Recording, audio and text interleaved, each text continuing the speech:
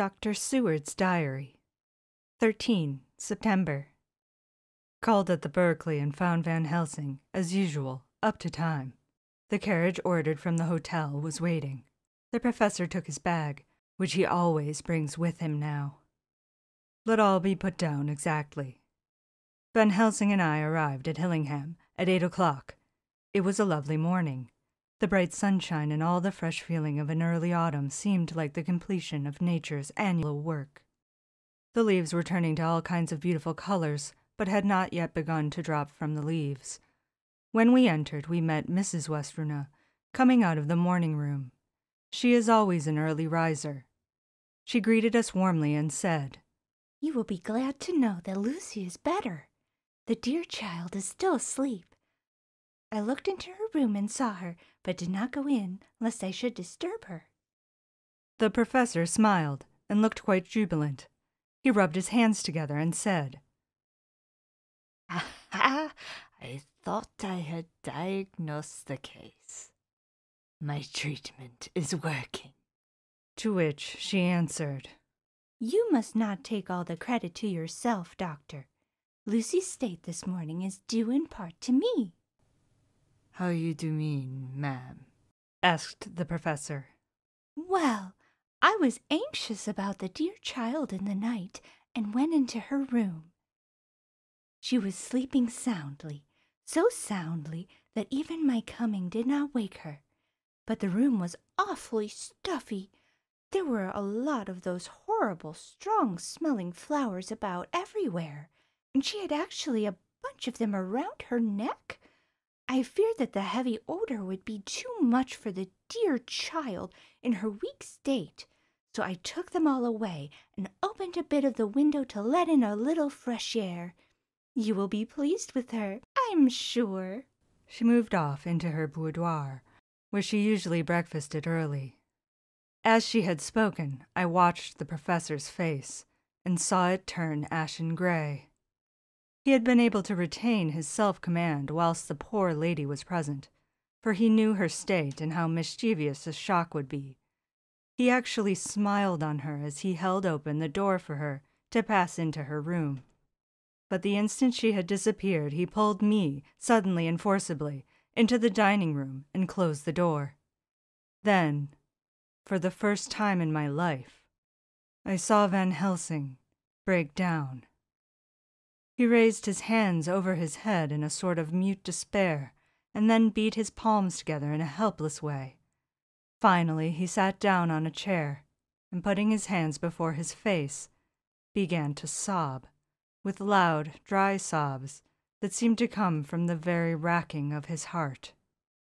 Then he raised his arms again, as though appealing to the whole universe. God, he said. "What have he done? What has this poor thing done, that we are so sore beset? Is there fate among us still, sent down from the pagan world of old, that such things may be, and in such way? This poor mother, all unknowing, and all for the best, as she think, does such a thing as lose her daughter, body and soul. And we must not tell her.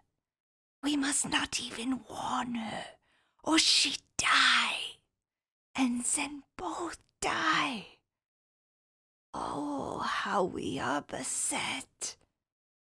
How are all the powers of the devils against us?" Suddenly he jumped to his feet. "Come," he said. "Come, we must see and act. Devils or no devils, or all the devils at once, it matters not. We fight him all the same." He went to the hall door for his bag, and together we went up to Lucy's room. Once again I drew up the blind, whilst Van Helsing went towards the bed. This time he did not start as he looked on the poor face, with the same awful waxen pallor as before.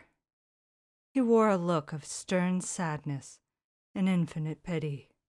"As I expected," he murmured. with that hissing inspiration of his, which meant so much. Without a word, he went and locked the door, and then began to set out on the little table the instruments for yet another operation of transfusion of blood. I had long ago recognized the necessity and begun to take off my coat, but he stopped me with a warning hand. "No," he said. "Today you must operate. I shall provide.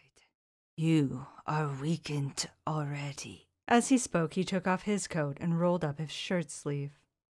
Again the operation, again the narcotic, again some return of color to the ashy cheeks, and the regular breathing of healthy sleep. This time I watched, whilst Van Helsing recruited himself and rested.